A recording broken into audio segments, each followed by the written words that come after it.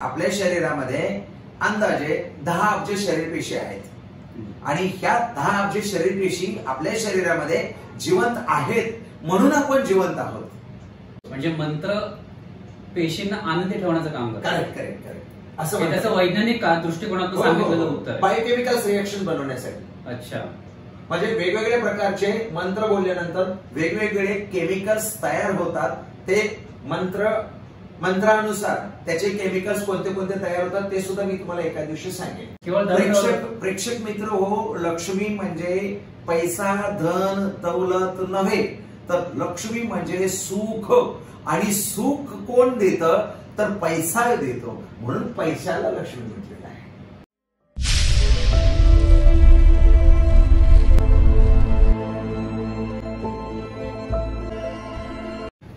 नमस्कार, मी सुनील साळवी।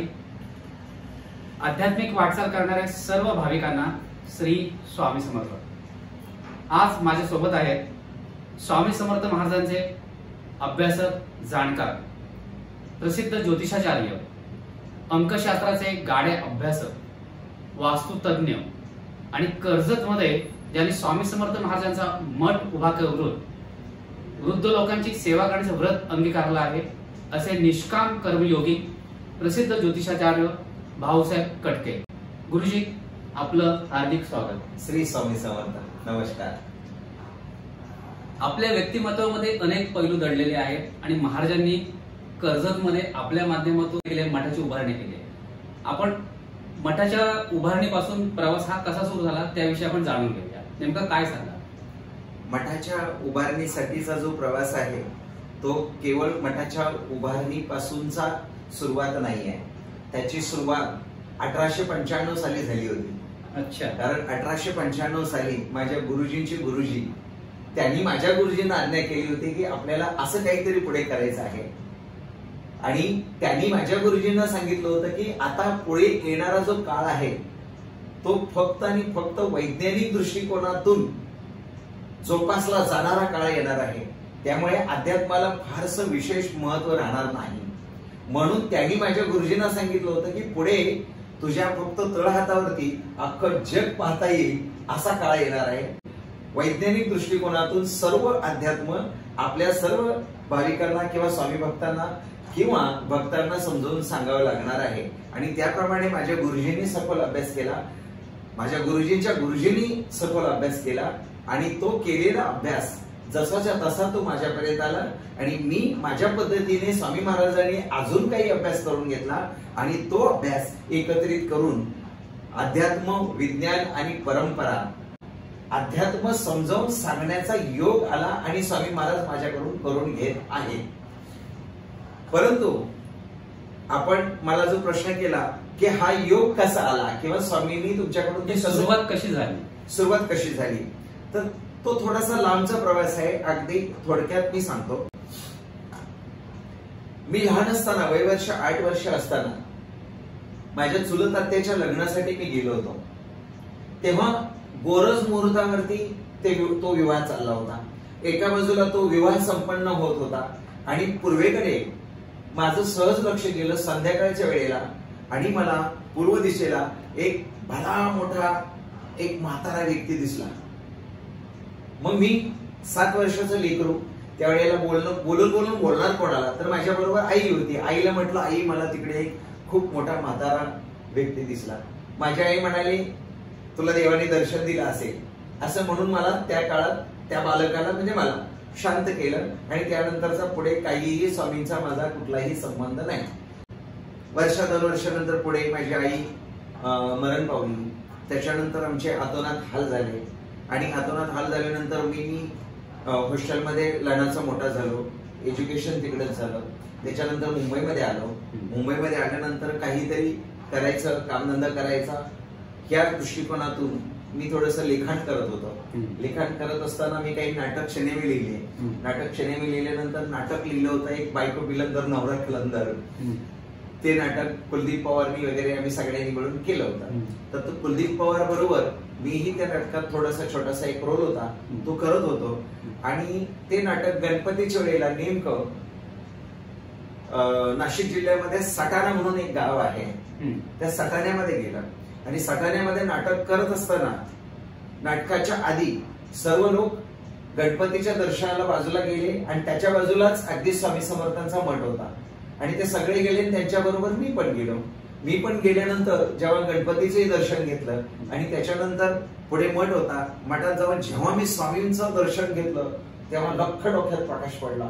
अरे बापरे, मी रिव्हर्स सिस्टमनी लगेच वय वर्ष 7 मध्ये पोहोचलो आणि मला क्लिक झालं की मी जो वय वर्ष 7 असताना बालपणी जो एक वयस्कर व्यक्ती पाहिला होता ते हेच होते. अगदी ठामपणे डोक्यात असं वीज चमकल्यासारखं झालं आणि तुम्ही बिलीव्ह नाही करणार, त्या दिवशी मी तो नाटकाचा प्रयोग न करता जसाच्या तसा तिथून जो पळून आलो तेव्हापासून मी सर्व सोडलं आणि फक्त स्वामी स्वामी स्वामी स्वामी करत राहिलो. त्यावेळी तुम्हाला जाणीव झाली की त्यांनी महाराजांनी प्रत्यक्ष मला दर्शन दिलं. करेक्ट. आणि कुठलं दर्शन तर आधी दिलेलं दर्शन होतं. हो हो सहदेव दर्शन. हो हो हो अगदी जसे तुम्ही माझ्या समोर उभे आहात अशा पद्धतीचं एक मोठ्याच्या मोठं आकाशामध्ये भला मोठा एक माणूस आहे वयस्कर असं ते दर्शन होतं. साधारण तुम्ही त्यांचं वर्णन तंतोतंत करू शकाल? कशी होती मूर्ती, स्वामींचं रूप कसं तुम्ही पाहिलं? जसं स्वामी इथे दिसतायत त्या पद्धतीची एक वयस्कर व्यक्ती मला तिथे त्यावेळेला दिसली. अनुभव नाही, अशाच बसलेले पण ते क्लोजअप मध्ये होते असं आहे. अच्छा. ढग वगैरे असतील त्या ढगामध्ये स्वामींनी मला असं दर्शन दिलं. भला मोठं, एवढं मोठं की तुम्ही बिलीव्ह नाही करणार एवढं मोठी ती मूर्ती होती. आणि ती मूर्ती माझ्या डोक्यात पिट्ट बसली होती कायमस्वरूपी. आणि ती मूर्ती कोण आहे मला काही माहित नव्हतं, कारण हृदयात आणि ब्रेन मध्ये माझ्या न्यूरॉन्सनी ते रूप साठवून ठेवलं. आणि त्याच्यानंतर माझ्या आईने मला त्यावेळेला चूप केलं ना, गप केलं की तुला देवाने तुला दर्शन दिलं असेल म्हणून सोडून दिला विषय तिथे. पण बोलली मात्र ती तुला देवाने दर्शन दिलं असेल असं बोलली. आणि त्याच्यानंतर मग जेव्हा नाटक घेऊन गेलो आणि समक्ष स्वामी समोर गेल्यानंतर मग कळलं की अरे बापरे, हे जे आहेत ते तेच होते. ही तुमची विलक्षण पहिली अनुभूती, सगळ्यातली पहिली अनुभूती. आणि मग तिथून मी स्वामीमय झालो. मग याची सुरुवात वय वर्ष 7 मध्ये झाली. त्याच्यानंतर मला इन बिटवीन मला गुरु मिळाले. त्या गुरुजींचे गुरुजी आणि त्या गुरुजींचे गुरुजी मी म्हटलं तसं 1895 साली. अशा पद्धतीनं 1895 सालापासूनचा जो प्रवास सुरू झाला, 1895 सालीच माझ्या गुरुजींच्या गुरुजींनी त्या मठाचं नियोजन आधीच झालेलं होतं असं म्हणायला अजिबात हरकत नाही. तर अशा पद्धतीने ते मठाचं नियोजन आणि कार्य त्यांनी करून घेतलेलं आहे. आपण काय 60, 70, 80 वर्ष जगणारी माणसं, आपल्या हातून काय पॉसिबल होणार आहे. पण स्वामींनी मात्र ते करून घेतलं. स्वामींचं अजून एक आहे, स्वामी नेहमी स्वामींचं कार्य करायचं असेल तर स्वामी नेहमी एखाद्या भिकाऱ्याची निवड करतात आणि त्या भिकाऱ्याकडून आपलं स्वतःचं वैभव निर्माण करून घेतात. आणि आपण जे काही कर्जतला येता बघता, जो स्वामींचा मठ आणि स्वामींचं वैभव बघता, ते स्वामींनी स्वतः तयार करून घेतलेलं आहे. माध्यम फक्त मी आहे. आम्हाला थोडक्यात याची सुरुवात कशी झाली, मठाची उभारणी कशी झाली आणि मठातर्फे कोणकोणतं कार्य केलं जातं हे आम्हाला थोडक्यात सांगाल का? आपल्या स्वामींच्या मठामध्ये वृद्धाश्रम चालवला जातो. तिथे निराधार किंवा वृद्धांना आश्रय दिला जातो. तिथे वृद्धांची सेवा शुश्रूषा केली जाते. तिथे वृद्धांना मेडिटेशन, योगा, स्वामींचा अभिषेकाची सुद्धा आम्ही त्यांना सवय लावलेली आहे. प्रत्येकाने यावं, स्वामींची सेवा करावी अशा पद्धतीने आम्ही वृद्धांना तिथे ट्रीट करतो. त्यांना त्यांच्या हातामध्ये आरती देतो, त्यांच्याकडून आरती करून घेतो, त्यांच्या झेपेल तशी स्वामींची सेवा करून घेतो. थोडक्यात स्वामींचा वेळ आम्ही त्यांना लावतो. अच्छा. आता जेव्हा आम्ही स्वामींचं त्यांना वेळ लावतो किंवा स्वामी स्वामी स्वामी स्वामी भक्तीमध्ये किंवा स्वामी सेवेमध्ये त्यांना लीन करतो तेव्हा ते सर्व विसरून जातात. त्यांना घरची आठवण सुद्धा येत नाही. एवढं सगळं स्वामी करून घेतात, ऑटोमॅटिकली करून घेतात. आणि स्वामींची सेवा कशा पद्धतीने होते? स्वामींचे उत्सव कोणकोणते होतात? स्वामींचे उत्सव, स्वामी जयंती मोठ्या प्रमाणात होते आणि सर्व स्वामी सेवक मिळून करतात. अच्छा. दत्त जयंतीचा मोठा उत्सव होतो. सर्व स्वामी सेवक मिळून दत्त जयंतीचा उत्सव करतात. तर हे जे 2 मोठे जे उत्सव आहेत ते सर्व स्वामी सेवक मिळून करतात. त्याला गुरुचरित्रामध्ये समाराधना असा शब्द वापरलेला आहे. म्हणजे कुणीही प्रत्येकाने मुठभर तांदूळ आणून द्यावेत आणि ते एकत्रित करावेत आणि ऋषी सरस्वतींनी त्याचा भंडारा घालावा आणि ते सर्वांनी मिळून खावं, त्याला समाराधना असं म्हणतात.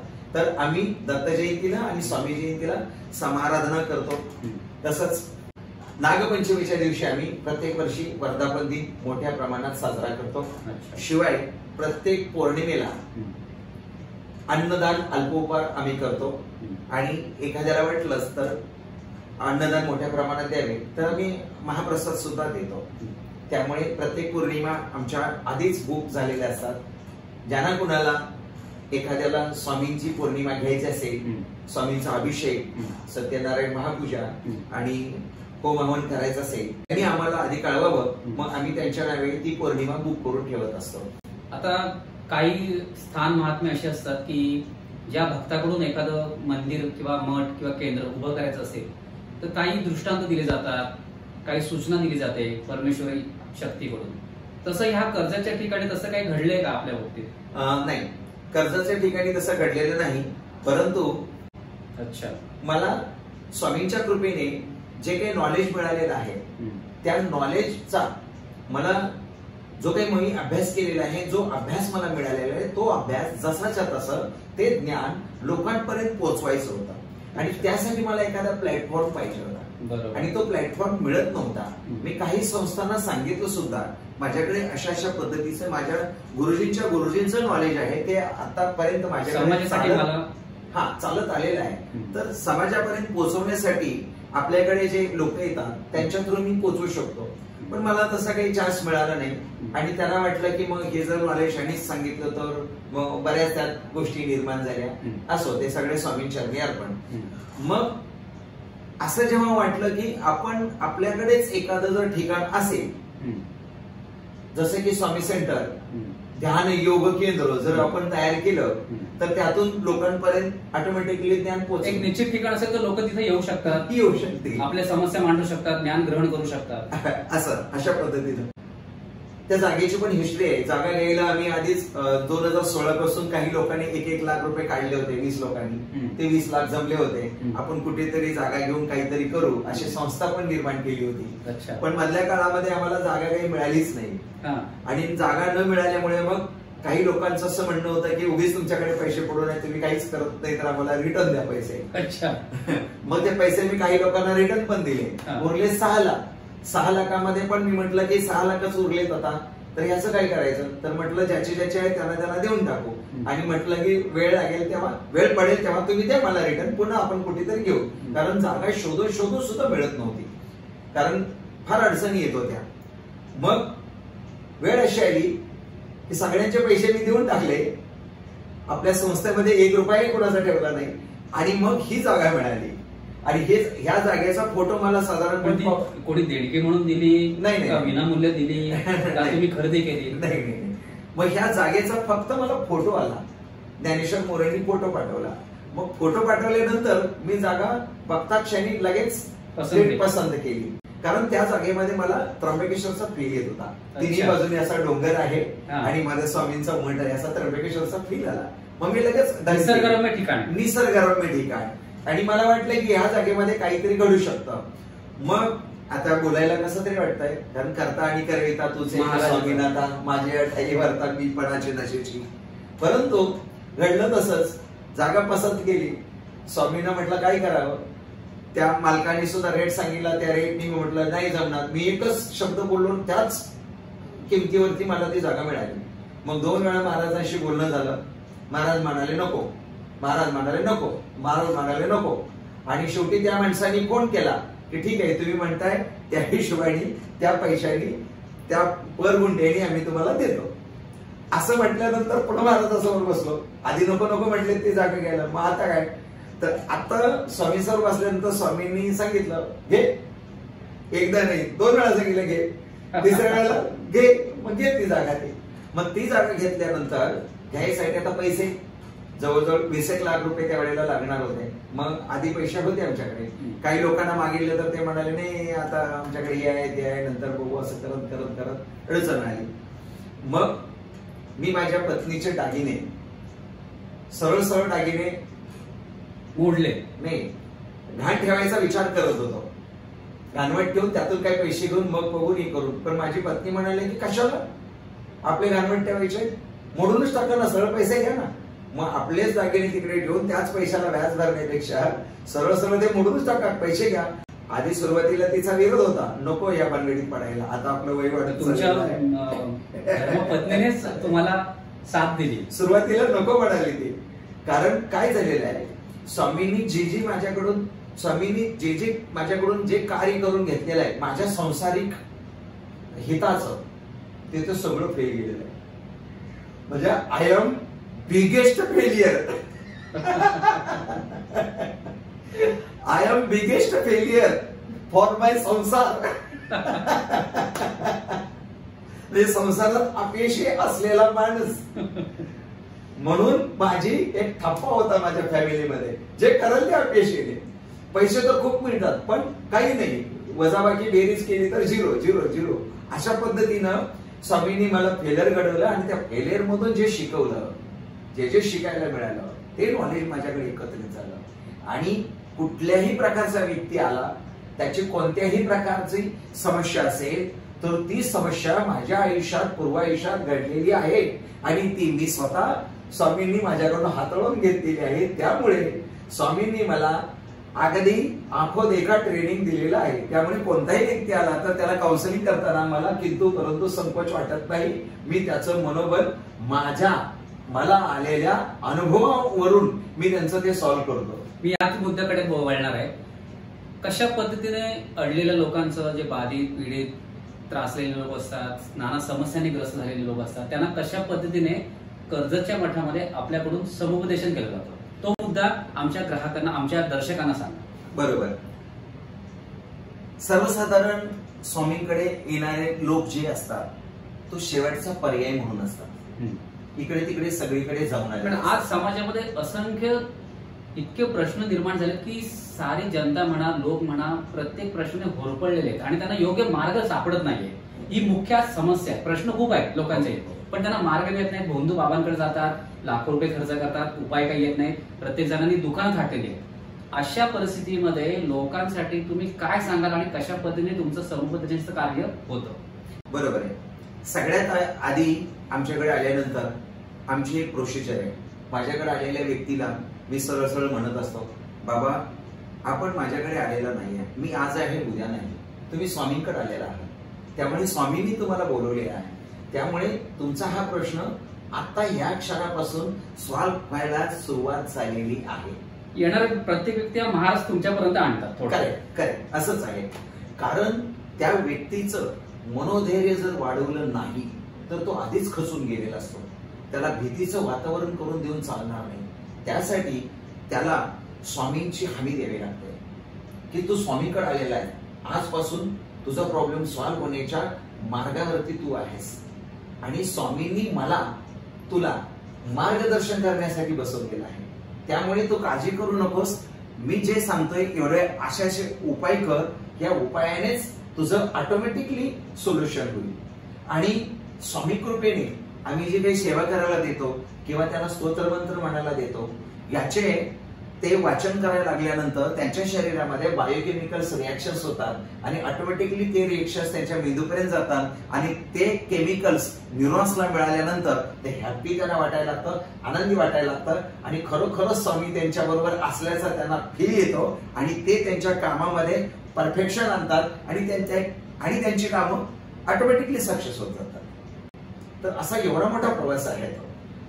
तर आता हे समुपदेशनाचं कार्य कधी होतं, म्हणजे लोकांना माहिती पडावं की कोणत्या वारी आपण मार्गदर्शन करता, यायचं कसं, या संदर्भात माहिती सांगा. मी शुक्रवार, शनिवार आणि रविवार 3 दिवस दादरला गोखले रोड सुश्रुषा हॉस्पिटलच्या बाजूला जो प्रकाश हॉटेल आहे, प्रकाश हॉटेलच्या बाजूला संत कमलाबाई वैद्यकीय सेंटर, मी तिथे असतो. आरोग्य आश्रम आणि श्री स्वामी समर्थ मठ ऑफिस असंही लिहिलेलं आहे, तिथे मी असतो. प्रत्येक आठवड्यातून शुक्रवार, शनिवार आणि रविवार दादरला असतो आणि मंगळवार, बुधवार आणि गुरुवार या 3 दिवशी मी श्री स्वामी समर्थ मठ कर्जत वेस्ट मुक्काम पोस्ट साळोख तालुका कर्जत जिल्हा रायगड या ठिकाणी असतो। त्यामुळे तिथे 3 दिवस सामुपदेशनाचं काम माझं तिथे कंटिन्युअसली चालू असतं। त्यामुळे ज्यांना कुणाला यायचं असेल त्यांनी अवश्य तिकडे यावं किंवा दादरमध्ये यावं। जे कोणी भरकटलेले लोक आहेत, जे कोणी गरजवंत आहे, ज्यांचे प्रश्न सुटत नाही, ज्यांना योग्य मार्गदर्शनाची गरज आहे, अशा गरजू लोकांनी गुरुजींनी सांगितलेल्या ठिकाणी अवश्य यावं, त्यांचं मार्गदर्शन घ्यावं आणि स्वामी समर्थ महाराजांचा आशीर्वाद प्राप्त करावा हे या निमित्ताने मला आग्रहाने सांगावंसं वाटतं। जोपर्यंत ज्या व्यक्तीला ताप येत नाही तोपर्यंत तो व्यक्ती डॉक्टरकडे जात नाही, ही सद्यस्थिती आहे। त्यामुळे कोणी जाणार नाही।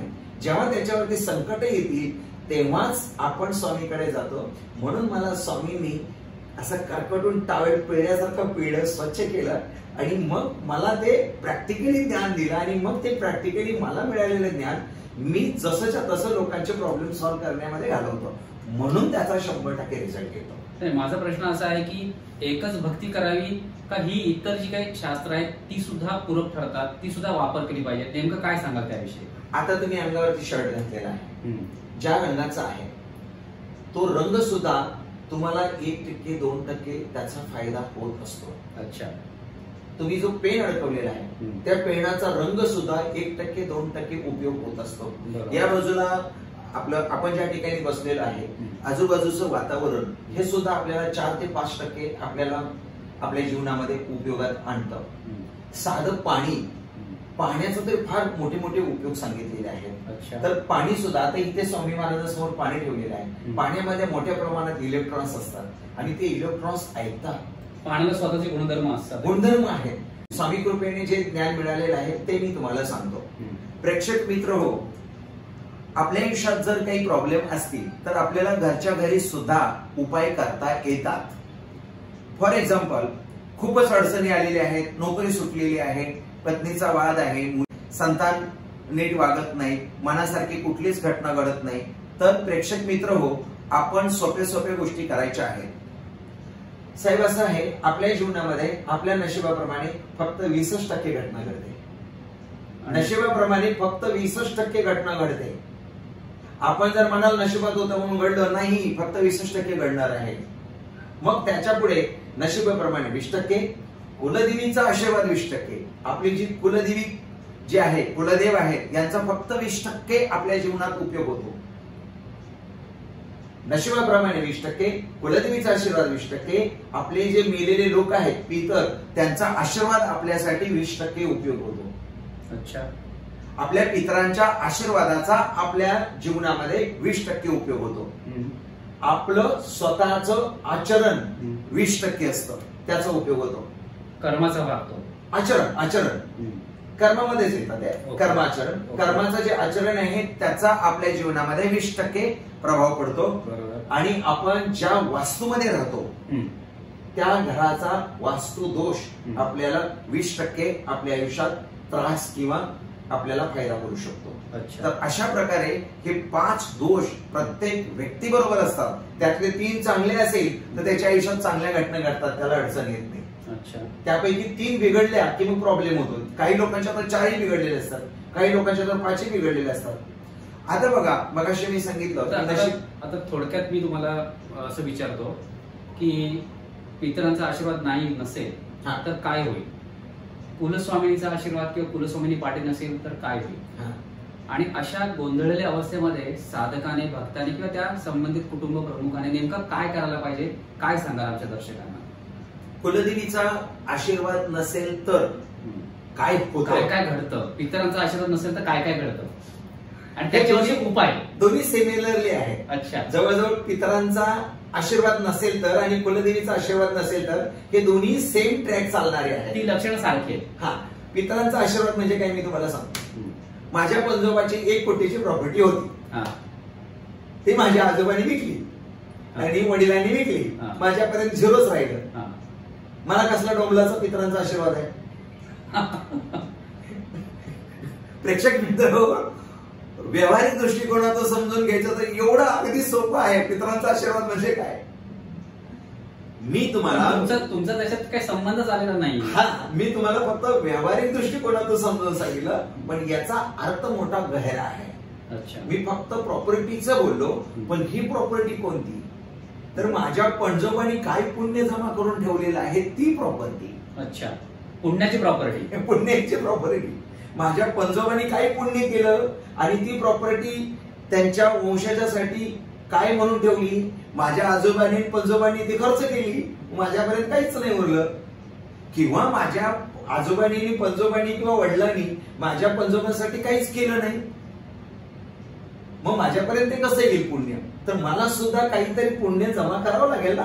नाही, पण पितरांचा आशीर्वाद नसेल किंवा आपण जे म्हणताय पितरांची पुण्य नसेल तर काय काय घडू शकतं आणि त्याच्यावरचे उपाय काय? हा, मी त्याच विषयाला येतो ना. सिमिलरली पॉइंट आहे. समजा कुलदेवाचं काय काम आहे? त्या कुळातल्या वंशजाचं रक्षण करणं, तेच काम पितरांचं पण आहे. पण कुलदेवीचा आणि कुलदेवाचा आशीर्वाद मिळवून देणं हे पितरांच्या हातात असतं. अच्छा. कारण ईश्वराच्या आणि आपला मधला जो दुवा आहे ते आपले पितर आहेत. अच्छा. म्हणजे जर तुम्ही नुसतं कुलदेवीचं सन्मान करताय, कुलदेवाचा वर्षातून एकदा सन्मान करताय, पण पितरांचं काही करत नाही, आपले पितर अधोगतीला गेलेले आहेत, तर मात्र कुलदेवाची सेवा करून सुद्धा चालत नाही. त्याच्याच बरोबर पितरांची सेवा करावीच लागते. पितरांची सेवा करत असताना आपल्याला अनुभूती फार जवळ लवकर येते. जर पितरांची सेवा केली आणि पितरांनी जर आशीर्वाद दिला तर आपल्याला फार लवकर अनुभूती येते आणि त्या अनुभूतीचा फायदा म्हणून आपल्या घरामध्ये म्हणजे परमेश्वरापेक्षा पितर मोठे म्हणायचे नाही, असं म्हणजे ईश्वरापेक्षा मोठं नाही. ईश्वरापेक्षा, ईश्वरी शक्तीपेक्षा कोणीही मोठं नाही, पण पितरांचा आशीर्वाद पूरक आहे. सर्व आशीर्वाद नसेल तर इतर देवता त्याही मदतीला येत नाही. देवतांचा आणि पितरांचा तसा संबंध नाहीच आहे, पण देवतांचा आशीर्वाद मिळवून देणारे पितरच आहेत. आणि तेच नाराज असेल तर देवतांचा आशीर्वाद मिळूच शकत नाही. बरोबर. थोडक्यात सांगायचं झालं तर समजा तुम्ही माझ्याकडे आला, गुरुजी तुम्हाला भेटायला आलेला आहे. प्रेक्षक मित्र ऐकून घ्या मी काय म्हणतोय ते. समजा सुनील साळवे साहेब मला भेटायला आलेले आहेत आणि माझी त्यांची मैत्री आहे, म्हणून ते आलेत. मी त्यांना चहा पाणी दिला, आम्ही कॉफी पिलो वगैरे वगैरे वगैरे सगळं झालं. चांगल्या गप्पा रंगल्या आणि आध्यात्मिक ते पण आहेत आणि आध्यात्मिक मी पण आहे, म्हणून त्यांनाही माझ्याकडून तेवढाच रिस्पेक्ट आहे आणि माझं तर ते करतातच. परंतु मला जर कळलं की ते त्यांच्या आजोबाला बघत नाही किंवा त्यांचे आजोबा किंवा वडील हॉस्पिटलला ऍडमिट आहेत आणि त्यांना बघायला सुद्धा गेलेले नाही, तर मात्र मी त्यांच्याकडे किंवा माझा त्यांच्याकडे बघण्याचा दृष्टिकोन काय राहील? तर वाईटच राहील ना, निगेटिव्हच राहील. अरे तू तुझ्या आजोबांची सेवा करू शकत नाही, तू तुझ्या वडिलांची सेवा करू शकत नाहीस आणि तू काय म्हणून माझ्याकडे आलास, मी तरी तुला काय म्हणून मदत करावी, असा जो काय फील तयार होतो कुलदेवी आणि कुलदेवाकडे गेल्यानंतर होतो. कारण कुलदेवी आणि कुलदेव तेच विचारतात, अरे तुझ्या पितरांच्या सद्गतीसाठी तू काय केलंस का? आणि आमच्याकडे तुला हे पाहिजे ते पाहिजे ते पाहिजे ते पाहिजे म्हणून मागायला आलास, पण तुला प्रोव्हाइड करणारे कोण आहे? तर तुझे पितर आहेत. म्हणून आधी तू तुझ्या पितरांना शरण जा.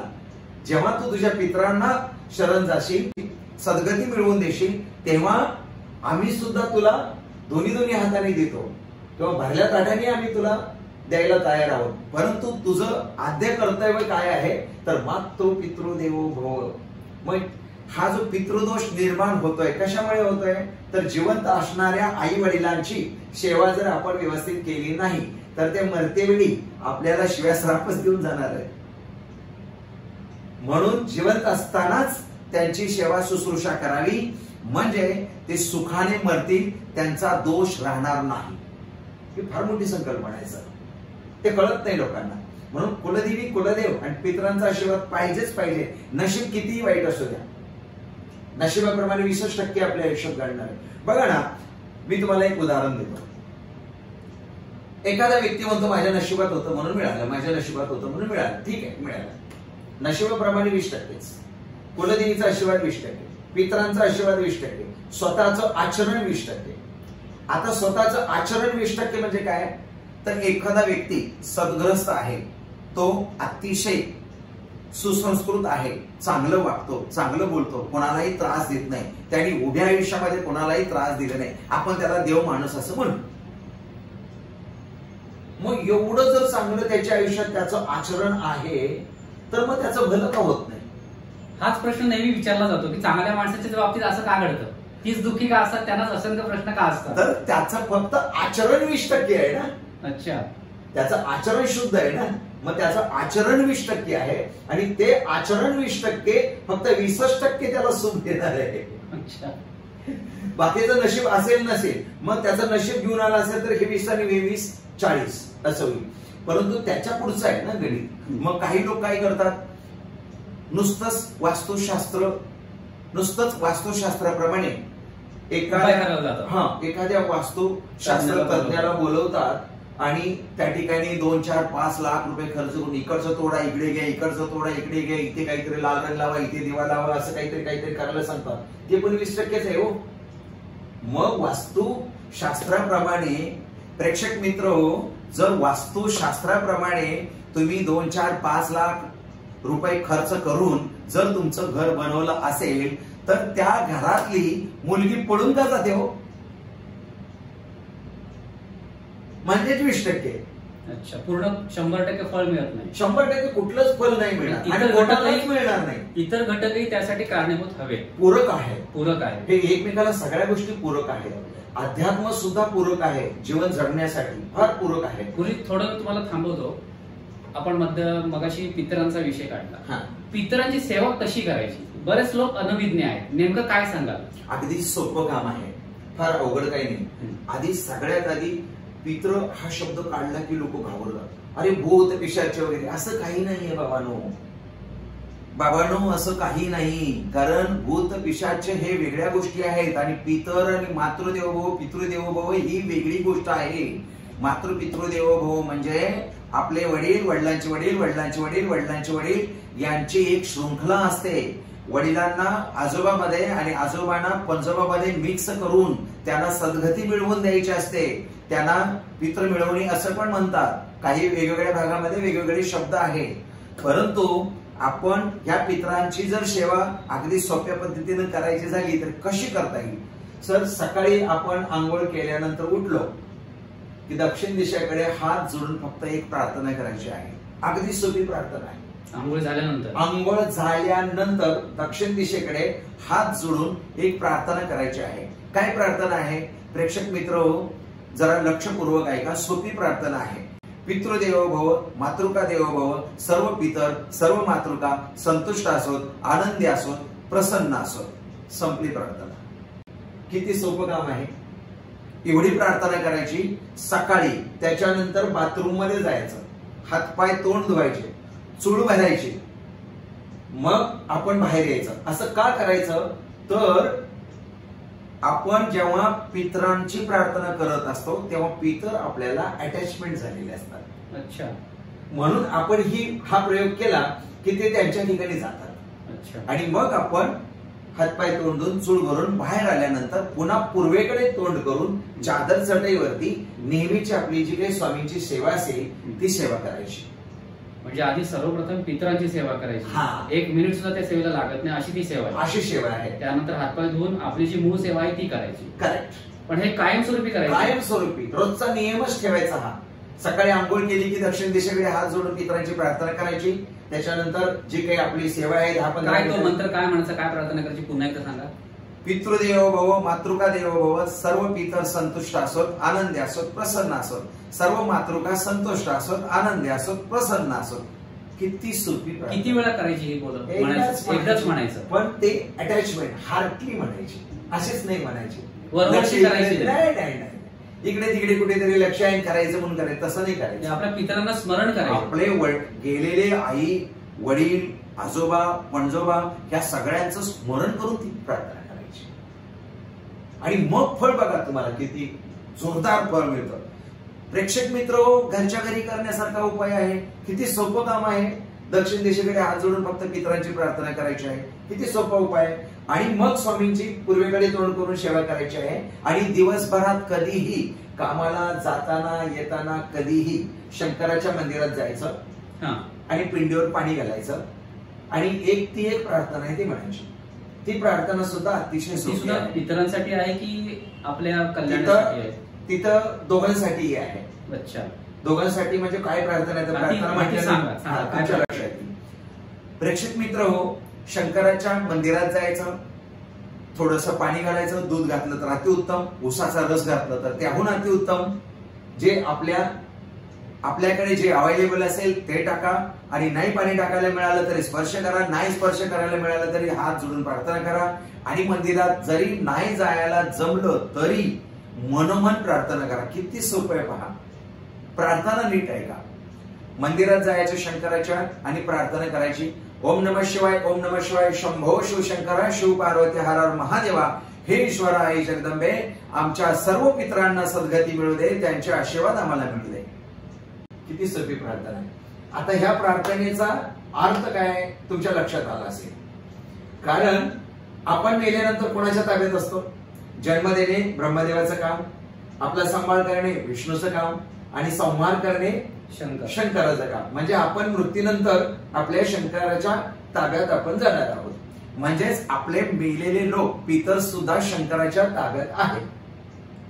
मग त्यांचा जर आपल्यावरती खूप राग असेल पितरांचा, किंवा मोठ्या प्रमाणात आपल्यावरती पितृदोष असेल, पितरांचा राग असेल, तर ते ऐकत नाही, जुमानत नाही. अच्छा. मग अशा वेळेला जेव्हा आपण शंकराची प्रार्थना करतो तेव्हा शंकर आणि पार्वती लगेच त्यांना ऑर्डर करतात, हे बाबा तुझा वंशज माझ्याकडे तुझ्या सद्गतीसाठी प्रार्थना करतोय, जा त्यांना आशीर्वाद दे. मग ती डायरेक्ट ऑर्डर होते, आणि मग शंकरांनी काढलेली ऑर्डर आपल्या पितरांना ऐकावीच लागते. पण दररोज शक्यच नसेल एखाद्याला शंकराच्या मंदिरात जाऊन. मग म्हटलं ना मनोमन प्रार्थना करावी. कुठेही असलो तरी काय बिघडतं? इथे जरी असलो तरी शांत बसून 2 मिनिट शांत बसून ओम नमः शिवाय, ओम नमः शिवाय, शंभो शिवशंकरा, शिव पार्वती हर हर महादेवा, हे ईश्वरा, हे जगदंबे, आमच्या सर्व पितरांना मातृकांना सद्गती मिळू दे, त्यांचे आशीर्वाद मला मिळू दे. झालं, जिथे असेल तिथे. अच्छा. काही बिघडत नाही, पण ते हार्टली रिलेटेड होऊन करायचे आहे. बस हा एवढाच एक मुद्दा आहे. तुम्ही जे काय करायचं आहे आयुष्यात ते हार्टली रिलेटेड होऊन केलं की त्याचा 100% रिझल्ट येतो. आपण काय करतो? करायचं म्हणून करायचंय, वरवरची सेवा करतो, सांगितलंय म्हणून करायची आहे, त्याने रिझल्ट येणार नाही. असं कुठलंही, किंवा रोज आपलं काम करायचंय म्हणून करायचंय, घर खर्च चालवायचंय म्हणून कामाला जायचंय, तसं नाही. तुमचं रोजचं दिनचर्यामध्ये ह्या सगळ्या गोष्टी असायलाच पाहिजे. पूर्वी कसं असायचं? गुरुकुल पीठ असायचं, तिथे ते शिकवलं जायचं. आता मधल्या काळामध्ये गुरुकुल पीठांचा नाश झाल्यामुळे मधल्या काळामध्ये बऱ्याच बुवा बाबा आले आणि त्यांनी सगळं अध्यात्म सगळं बिघडवून टाकलं. स्वतःच सुरू केलं त्यांनी, दुकानं टाकली वगैरे वगैरे. त्यामुळे सगळं बिघड झालेलं आहे. आणि त्यामुळे असं सायंटिफिकली आपल्याला नॉलेज सांगावं लागतं. म्हणजे अध्यात्म विज्ञानातनं सांगायचं आपल्याला. आपली पितरांची सेवा झाली, त्याच्यानंतर आपल्याला स्वामींची सेवा करायची, बरोबर? स्वामींची सेवा अगदी सोप्या पद्धतीने कशी करायची? स्वामींची सेवा करायला कोणताही नियम नाही. स्वामींनी तर तो नियम सांगितलाच नाही, फक्त एक वाक्य वापरलंय, अनन्य भक्तिभावाने जो कोणी माझी सेवा करेल त्याचा मी योगक्षेम चालवेन. का असं ठराविक अर्धा तास स्वामींची सेवा करावी, किंवा स्वामी चरित्र आता हा ग्रंथ प्रमाणात? सेवा म्हणजे काय प्रश्न हा आहे. सेवा म्हणजे काय? तर सेवा स्वामींची करायची म्हणजे काय करायची? स्वामींशी एकरूप व्हायचं. काय सेवा हा शब्द चुकीचा आहे. मग नेमकं काय? सेवा हा शब्द कसा चुकीचा आहे मी सांगतो तुम्हाला. जेव्हा ते जड देहानी होते तेव्हा तुम्ही स्वामी सेवा करू शकला असता. आता स्वामी जड देहाने आहेत का?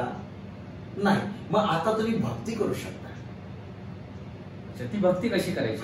आणि भक्तिमय सेवा जर करायची असेल तर ज्या ठिकाणी स्वामींचे मठ आहेत, ज्या ठिकाणी स्वामींची एकत्रित सेवा केली जाते, तर स्वामींच्या दर्शनासाठी येणारे स्वामी सेवक, स्वामी भक्त, त्यांची सेवा करणे म्हणजे ऑटोमॅटिकली स्वामींची सेवा झाली.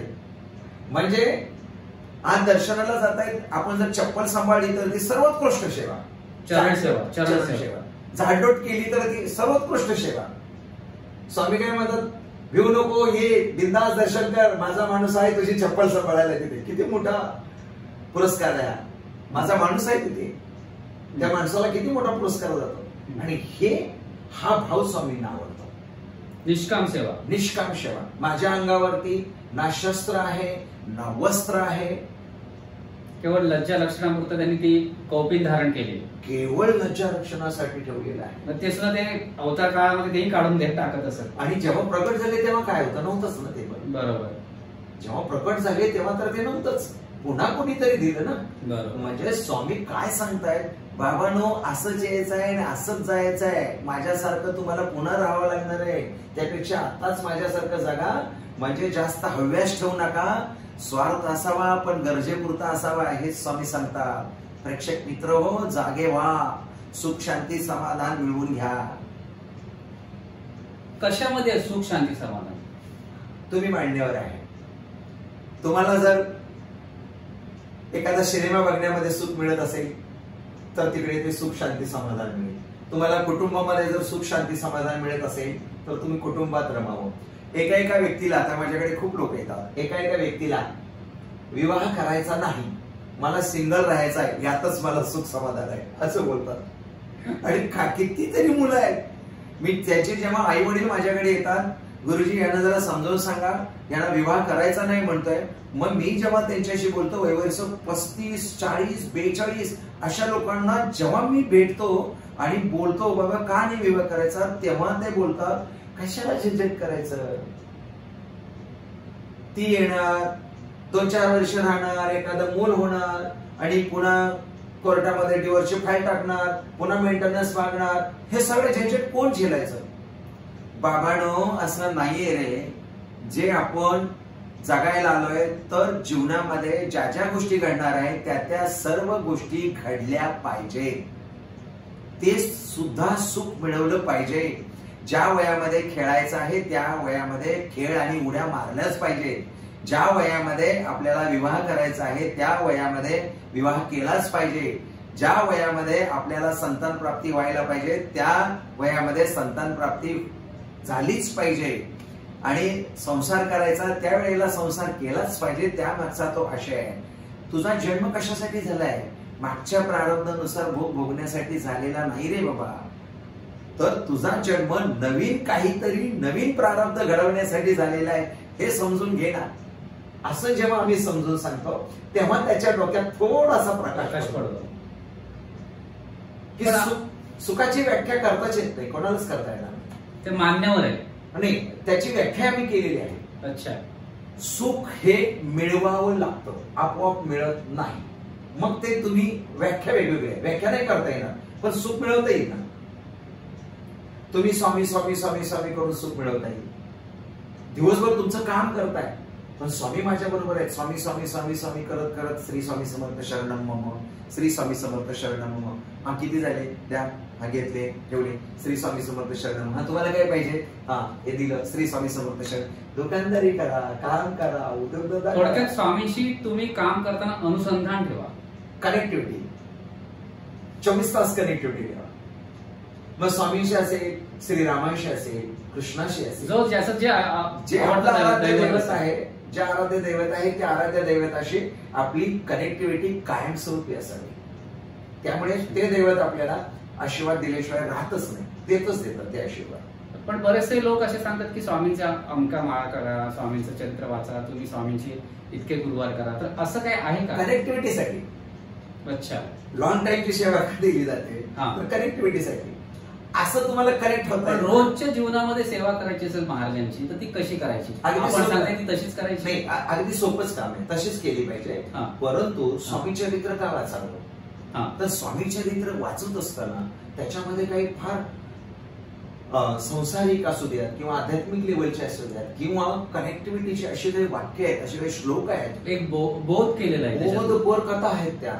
आणि त्या कथा वाचल्यानंतर आपल्यालाही असं वाटायला लागतं की स्वामी माझ्या बरोबर त्याच पद्धतीनं आहेत असं वाटण्यासाठी, तो फील येण्यासाठी, तो भाव निर्माण होण्यासाठी स्वामी चरित्र वाचायचं आहे. आणि तो एकदा स्वामी प्रति भाव निर्माण झाला की मग ऑटोमॅटिकली आपण स्वामीशी कनेक्ट होतो. अच्छा. म्हणून स्वामी चरित्र वाचायचं. मग स्वामी श्री स्वामी समर्थ मंत्र काय म्हणायचं सारखा, तर 1 माळ 2 माळ केल्याने काही होणार नाहीये. किमान तू 15 ते 20 मिनिट बस. मी 20 ते 15 मिनिट म्हणतोय, 11 माळी म्हणत नाहीये. 11 माळीच का, तर त्याला 15 ते 20 मिनिट तेवढा काळ लागतो म्हणून 11 माळी. कारण सायंटिफिकली असं आहे की आपण कोणतीही कृती करतो त्यावेळेला आपल्या शरीरामध्ये सेल्स पर्यंत ती कृती जाण्यासाठी 16वा मिनिट यावा लागतो. अच्छा. म्हणजे सायंटिफिकली टेम्परामेंट मध्ये जर बोलायचं झालं तर समजा तुमचा कोणीतरी अपमान केलाय आणि तुम्हाला तर प्रचंड राग आलाय त्या व्यक्तीविषयी, तर तो तुम्ही 15 मिनिटच ठेवायचे. 15 मिनिटापेक्षा जास्त म्हणजे 16व्या मिनिटाला जर त्या व्यक्तीप्रती जर तुम्ही राग ठेवला तर मात्र तो तुमच्या सेल्स मध्ये उतरणार आहे आणि सेल्स मधून बायोकेमिकल्स रिॲक्शन करून तो मेंदूपर्यंत जाणार आहे आणि मग तो कायमस्वरूपी तुमच्या मेंदूमध्ये तो राग साठून राहणार आहे. म्हणून 16व्या मिनिटापर्यंत, म्हणजे तुम्ही साधना जरी केली तर 16 मिनिटापेक्षा जास्त झाली पाहिजे. 20 मिनिट, 25 मिनिट, अर्धा तास. जेव्हा बायोकेमिकल्स रिॲक्शन होतात तेव्हा शरीरातल्या शरीरपेशी आनंदी राहतात, हॅप्पी राहतात, कारण त्यांना सुद्धा स्वतःचं मन आहे असं मेडिकल सायन्स सांगतं. अच्छा.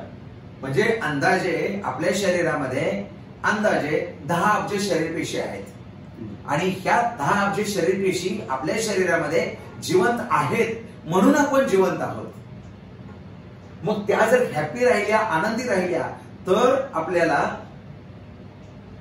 सायंटिफिकली दृष्टिकोनातून हॅप्पी आणि आनंदी वाटायला लागतं आणि आपण केलेलं काम 100% सक्सेस होतं. म्हणजे मंत्र पेशींना आनंदी ठेवण्याचं काम करतो. Correct correct correct. असं त्याचं वैज्ञानिक दृष्टिकोनातून सांगितलेलं उत्तर आहे. बायोकेमिकल्स रिॲक्शन बनवण्यासाठी. अच्छा. म्हणजे वेगवेगळ्या प्रकारचे मंत्र बोलल्यानंतर वेगवेगळे केमिकल्स तयार होतात. ते मंत्रानुसार त्याचे केमिकल्स कोणते कोणते तयार होतात ते सुद्धा मी तुम्हाला एका दिवशी सांगेन. आणि आपल्या बॉडीवर परिणाम करतात, सकारात्मक परिणाम. सकारात्मक असा तो प्रकार आहे. गुरुजी, आपण पत्रिका बघता, पत्रिका बघून लोकांना मार्गदर्शन करत असतात. मगाशी आपण सांगितलं बरेच लोक येत असतात माझ्याकडे. काही जणांना लग्नाची इच्छा नसते, खूप वय झालेलं असतं. खरोखर त्याच्या पत्रिकेमध्ये तशी योग असतात का आपला त्याची इच्छा निरळी असते, पत्रिका वेगळं दर्शवते, असं काही दिसून येतं का? याला पत्रिकाचा परिणाम किती टक्के होतो? हा, पत्रिकेचा परिणाम तर 100% होतो, पण त्या पत्रिकेमध्ये आध्यात्मिक 20%, पुन्हा मग सांगितल्याप्रमाणे नशीब 20%, कुलदेवीचा आशीर्वाद 20%, पितरांचा आशीर्वाद 20%, स्वतःचा आचरण 20%, हे सगळं दिसतं ना पत्रिकेमध्ये. अच्छा. पत्रिकेमध्ये तुमच्या कुलदेवीचा दोष आहे, कुलदेवाचा दोष आहे, पितरांचा दोष आहे, तुमचं स्वतःचं आचरण किती बिघडलेलं आहे हे सगळं दिसतं. परफेक्ट सांगता येईल. हा, परफेक्ट त्याच्यामध्ये लिहिलेलं असतं. आणि संस्कार, ज्या संस्कारामध्ये मुलांना वाढवलं जातं ते संस्कार जर क्रियानुकूल नसतील तर मात्र त्यांना पुढे जाऊन असं वाटायला लागतं की कशाला या फांदात पडायचं, कशाला हे लग्न करायचं.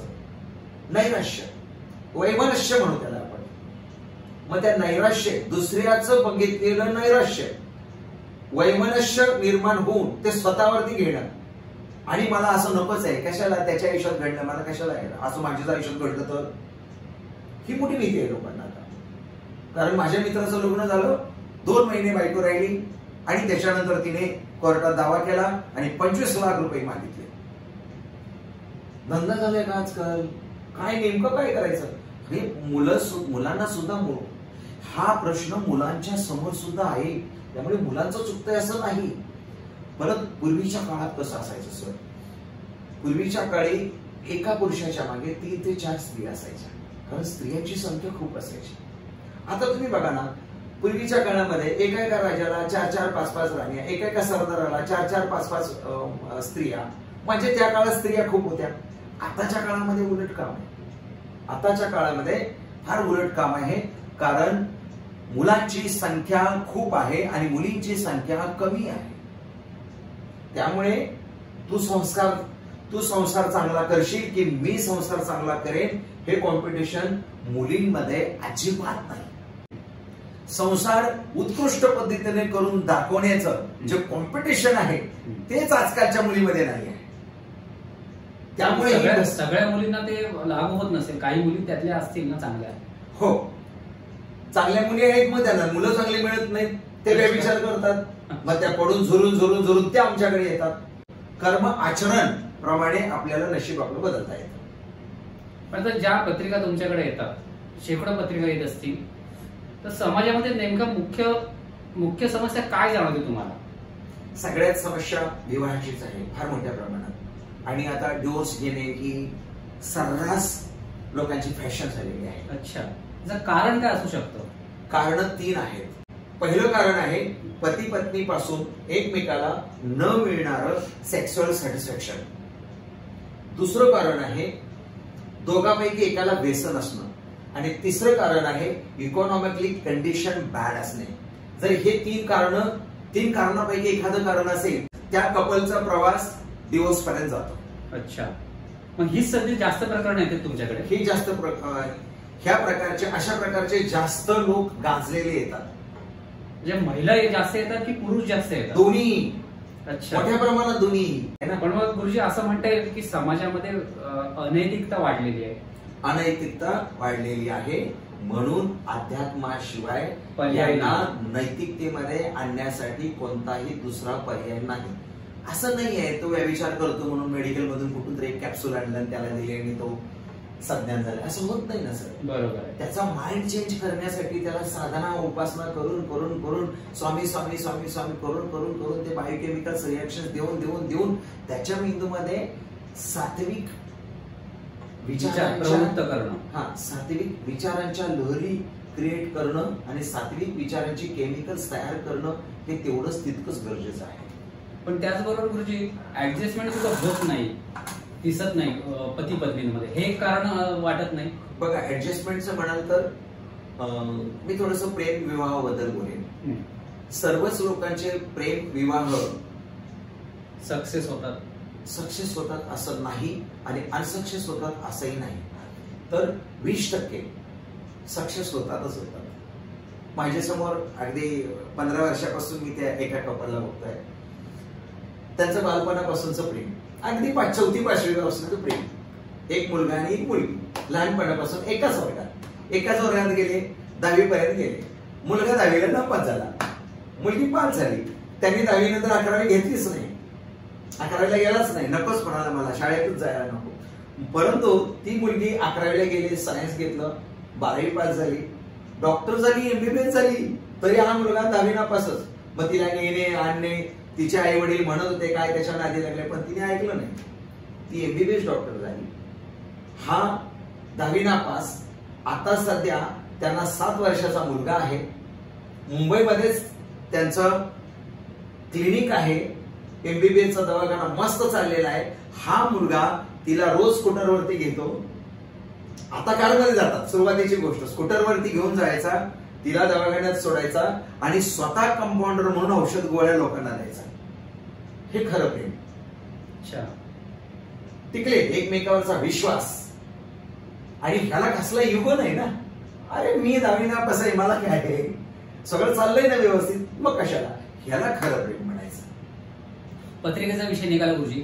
वास्तवातलं जीवन आणि पत्रिका याच्यात किती ताळमेळ असतो, किती फरक असतो, किती डिफरन्स असतो? याचं एक उत्तर तुम्हाला देता येईल. वास्तव आपल्या पत्रिकेचं आपल्याशी जर वास्तविक आपल्या आयुष्यात किती घटना घडत आहेत याचं उत्तर तुम्ही जोपर्यंत सिंगल आहे तोपर्यंतच देता येईल. तुमच्या पत्रिकेप्रमाणे तुमच्या आयुष्यात काय घटना घडतायत याचं तुम्ही जोपर्यंत सिंगल आहे तोपर्यंतच उत्तर देता येईल. अविवाहित आहे तोपर्यंत. एकदा विवाह झाला की after marriage on depend life partners horoscope असं गणित होतं. तिच्या पत्रिकेचा आपल्या पत्रिकेवर परिणाम जोरदार इफेक्ट पडतो. किती टक्के पडतो तो परिणाम? 100%. अच्छा. कारण आपल्याही पत्रिकेचा 100% तिच्यावर इफेक्ट पडणार, तिचाही 100% आपल्यावर इफेक्ट पडणार. कारण तिचं 50 आणि माझं 50 मिळून 100 झालंय ना. अच्छा. म्हणजे समजा तुम्हाला जर उदाहरण द्यायचं झालं तर एखादं, म्हणजे आपली पत्रिका बदलत थोडक्यात बदलत नाही, पत्रिका नाही बदलणार, ग्रहमान बदलतात नाही, काही होणार नाही. ग्रहमान नाही बदलणार, काही नाही होणार. थोडक्यात तुम्हाला जर उदाहरण द्यायचं झालं तर सांगतो मी तुम्हाला. समजा हा इकडे 10वी नापास झालाय, अभ्यास केला नाही, टवाळके केले, मग इथल्या कुठल्या तरी पक्षाचा झेंडा घेतला, मिरवला, विजय असो घेऊन गेला. आपला कार्यकर्ता कुठला तरी साधारण असं समजू. आणि तोच कार्यकर्ता कार्य करत करत करत लोकांमध्ये फेमस झाला आणि यदा कदाचित जर त्याला चुकून एखादं कुठलं तरी तिकीट मिळालं तर तो उभा राहतो आणि नशिबाने निवडून सुद्धा येतो. हे कसं होतं तर इन बिटवीन त्याचा विवाह झालेला असतो आणि त्याच्या पत्नीच्या पत्रिकेमध्ये मोठा राजयोग असतो. त्याचा फायदा याला मिळतो. त्याच्या पत्नीच्या नशिबामध्ये राजयोग असल्यामुळे तिला लाल दिव्याच्या गाडीमध्ये बसून फिरावं अशी तिची पत्रिका असते आणि त्याचा उपयोग 100% ह्याला होतो.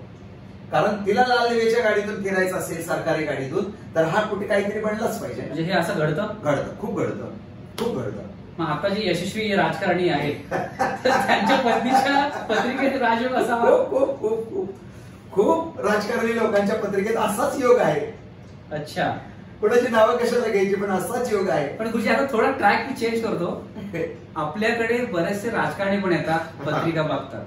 आम्हाला कोणाची नावं नकोय पण अशी काही उदाहरणं सांगू शकता का की त्यांच्या बाबतीत हे असं घडलं असं काही ठराविक? नाही, काय कोणाची नावं नको आम्हाला. नाही, आमच्याकडे येतात तेव्हा आम्ही सुद्धा आमच्या गुरुजींनी सुद्धा सांगितलेले की एकाची पत्रिका आपल्याला दुसऱ्यासमोर सांगायची नाही आणि पत्रिकेमध्ये त्याच्या काय चाललंय हे सुद्धा दुसऱ्याला सांगायचं नाही, फक्त त्याच्या समोर. पण हे दोष निवारण करण्यासाठी काही उपाय आहेत का?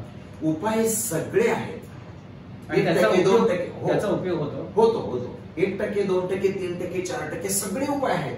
हे सगळे उपाय एकत्रित करून आचरण शुद्ध केलं आपलं काही संपले, सर्व उपाय झाले. आणि आचरण शुद्ध करण्यासाठी कोणत्या मेडिकलमध्ये कॅप्सूल मिळते? कुठल्या? तर अध्यात्मात यावं लागतं. मग अध्यात्मात गुरु चांगला भेटतो का? तर बुवा बाबा सुद्धा भ्रष्ट झालेले आहे. पण हा पुढे मोठा प्रश्न आला म्हणजे सर्वसाधारण कॉमन माणसांची कुचंबना कुठे झालेली आहे तर इथे झालेली आहे. त्यामुळे बुवा बाबाकडे जावं अध्यात्मात तर ते धोका देतात. म्हणजे मार्गदर्शन करणारा खरा ज्ञानी व्यक्ती नाही. म्हणूनच स्वामींशी एकरूप व्हावं, स्वामींनाच गुरु मानावं. पुन्हा स्वामी आले, पुन्हा फिरून स्वामीवरच येतं. म्हणून पुन्हा आपल्याला स्वामीकडेच यावं लागतं.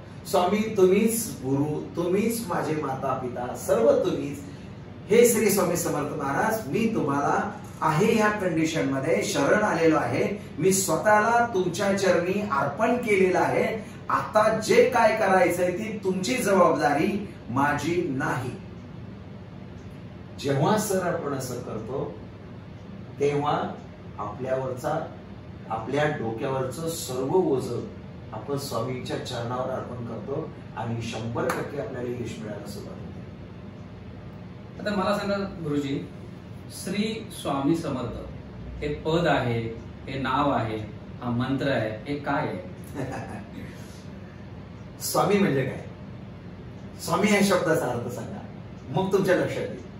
सगळ्या जगाचा जो आहे, सर्व जगाचा मालक, त्याचं नाव स्वामी. श्री लक्ष्मी आहे, माता आहे. अच्छा, श्री हे आद्य आहे म्हणून आपण श्री लावलं. म्हणून श्री लक्ष्मी स्वामी अधिपती, सगळ्या जगाचा अधिपती आणि समर्थ जो सर्व देण्यासाठी परिपूर्ण आहे तो समर्थ.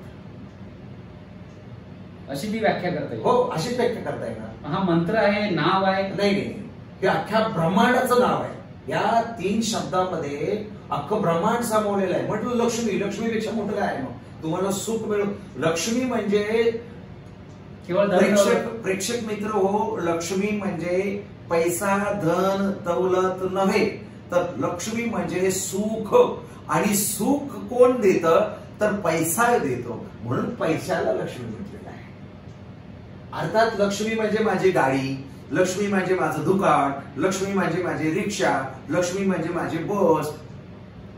प्रत्येक गोष्टीला आपण लक्ष्मी लक्ष्मी लक्ष्मी असा शब्द आणलेला आहे. पण श्री स्वामी समर्थ या शब्दाचा असा अर्थ आहे आणि हे वैभव फार मोठा आहे. अख्ख्या जगाला उरून पुरणारं वैभव आहे.